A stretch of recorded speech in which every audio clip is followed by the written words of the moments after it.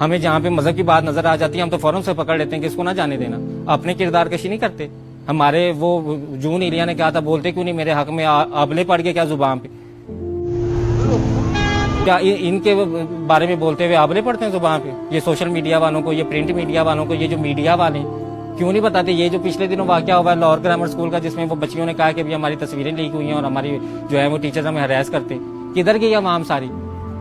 کدھر گئے وہ لوگ سارے جو یہاں پہ بیٹھے تھے, جو لبرل تھے, جو فیمنسٹ موومنٹ چلا رہے تھے, جو لبرلزم کا نعرہ لگا رہے تھے, جو میرا جسم میری مرضی کا نعرہ لگا رہے تھے؟ ان لڑکوں کی وہ لوگوں کی زبان پہ آبلے پڑ گئے. آپ کیوں نہیں بولتے؟ آپ کیوں نہیں کہتے کہ اس تعلیمی نظام کو بند کیا جائے؟ بھائی یہ کیپٹلزم ہے, بھائی یہ سیکولرزم ہے, اس کو بند کیا جائے. یہ لبرل ہونے کے نام پہ سیکولر ہریسر بن گئے. وہاں پہ تو ہمیں کچھ بھی نظر نہیں آتا, وہاں پہ تو ہم پرسنل میٹر کہتے ہیں. لیکن کسی مدرسے کے اندر ہمیں کوئی واقعہ نظر آ جائے, پھر ہمارا دیکھیں کیسے جوش جاگتا, پھر دیکھیں ہمارے اندر کیسے شعور کی جو ہیں وہ کھڑکیاں کھلتی ہیں, ہمیں کیسے نظر آتا سب کچھ. ہم لوگ منافق لوگ ہیں, ہم لوگ دوگلے لوگ ہیں. ہم لوگ جہاں پہ دیکھتے ہیں نا کہ کسی کے پاس اختیار کم ہے, کسی کے پاس دولت اور طاقت کم ہے, ہم چڑھائی کر دیتے ہیں اس پہ. اور جہاں پہ ہم دیکھتے ہیں کسی کے پاس دولت اور طاقت زیادہ ہے, وہاں پہ ہم پھر فوراً ڈپلومیٹک ہو کے نہیں بالکل یہ پرسنل میٹر ہے. دیکھیں یہ تو ایک چیز کا پرسنل ہے, یہ دیکھیں کچھ ہو سکتا ہے انہوں نے کچھ کیا ہو سکتا ہے انہیں کے قصور ہو سکتا ہے یہ ہو. تو مدرسوں میں ہم لوگ یہ بات کیوں نہیں کرتے کہ ہو سکتا ہے ایک مولوی خراب ہو سارے نہ ہو سکتا ہے ایک مولوی نے اگر گناہ کر دیا ہے تو سارے ایسے نہیں ہوں گے.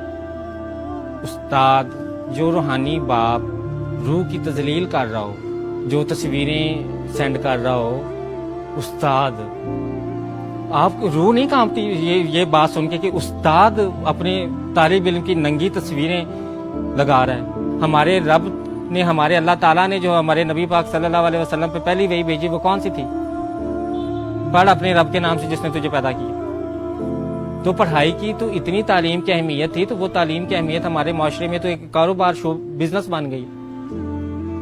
مطلب کہ وہ جو ایک ٹیچر کی قدر تھی, وہ جو ایک روحانی باپ کی قدر تھی, وہ ہمارے پاس نہیں ہے. ہمیں پتہ ہی نہیں ٹیچر کیا ہے. ٹیچر ہو تو ہمیں پتا ہو. ہمارے پاس تو بزنس ہے کہ پرائیویٹ سکولز میں آج کل جو ہے نا ڈے بڑے منائے جاتے ہیں. آج ہم جو ہے وہ ٹورزم ڈے ہے, آج فلانا ڈے ہے, آج فلانا ڈے. کیا کہ اگر تو روز پڑھائیں گے تو ماں باپ سے پیسہ کیسے کھینچیں گے؟ وہ چیز جو ہونی چاہیے بزنس وہ کہاں سے آئے گا؟ پھر انہوں نے یہ بہانے رکھے ہوئے, پھر ایسے دن منا کے نا تو وہ ماں باپ سے جتنا وصول کر سکتے ہیں وہ کرتے ہیں.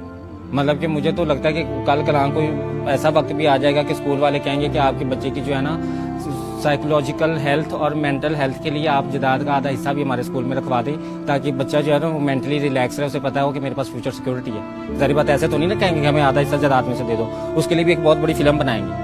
اس فلم کے اندر پھر انہوں مختلف فینسی لفظ استعمال کریں گے.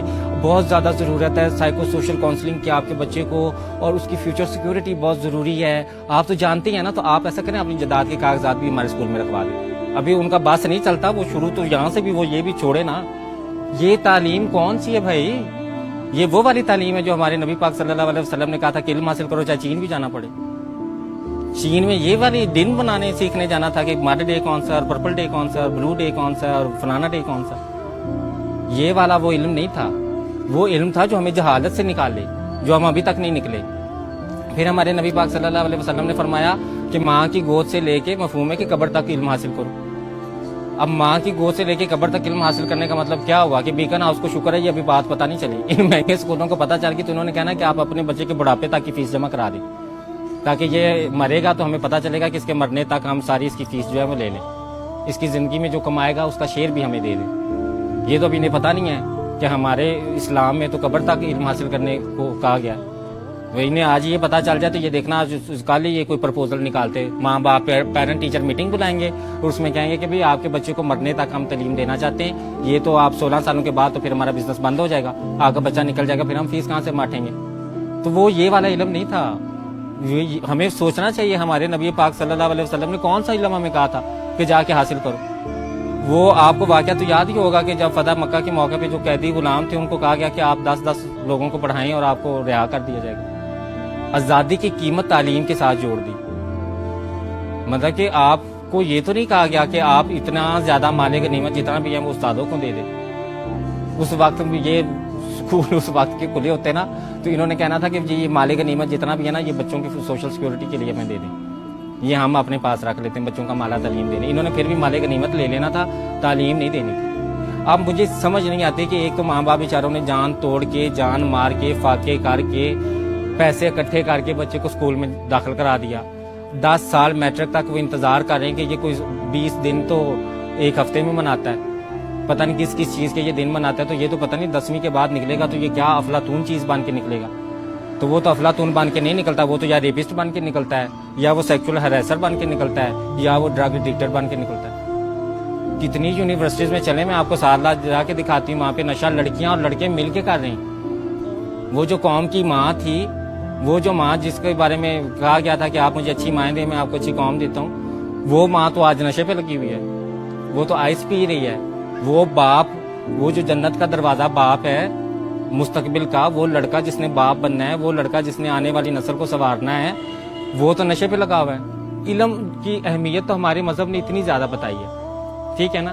اور اس علم کی اہمیت کو لے کے ہم نے بیکن ہاؤس بنا دیا, ہم نے دار ارقم بنا دیا, ہم نے سٹی سکول بنا دیا, لیکن ہم نے وہ چیز نہیں بنائی جو بننی چاہیے تھی.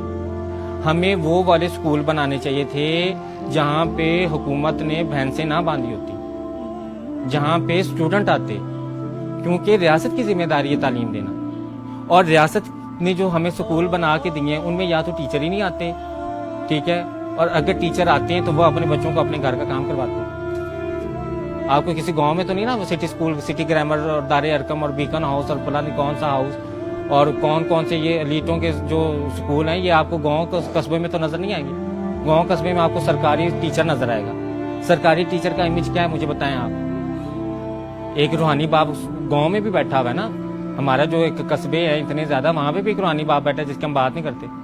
ہم نے وہ جہاں پہ روحانی باپ نے ہمیں سبق سکھانا تھا, جہاں پہ ہمیں تعلیم دینی تھی, وہاں تو حکومت کی ان سکولوں میں بھینسیں بندھی ہوئی ہیں. چلیں سندھ میں لے کے جاؤں آپ کو, جہاں پہ بھٹو زندہ ابھی تھا, وہاں پہ بھینسیں انہوں نے باندھی ہوئی ہیں. تو ہمارے پاس تو ریاست کی تو دلچسپی ہے ہی نہیں تعلیم. آپ اگر یہ کہنا کہ یہ ریاست کی ذمہ داری ہے, بے شک یہ ریاست کی ذمہ داری ہے, لیکن ریاست کی دلچسپی نہیں ہے اس میں. ریاست کی دلچسپی آپ کو نظر بجٹ دیکھ کے نظر آ جائے گی. آپ تعلیمی بجٹ دیکھیں, آپ کو نظر آ جائے گا کہ کتنا تعلیم کو ضروری سمجھتی ہے ہماری ریاست انسانوں کی. اور جب ہمارے پاس تعلیم ہی نہیں ہے تو ہمارے پاس کوئی زندگی کا مقصد نہیں ہے. اور جب ہمارے پاس کوئی زندگی کا مقصد نہیں ہے تو پھر یہی ہونا ہے جو سوسائٹی میں ہو رہا ہے.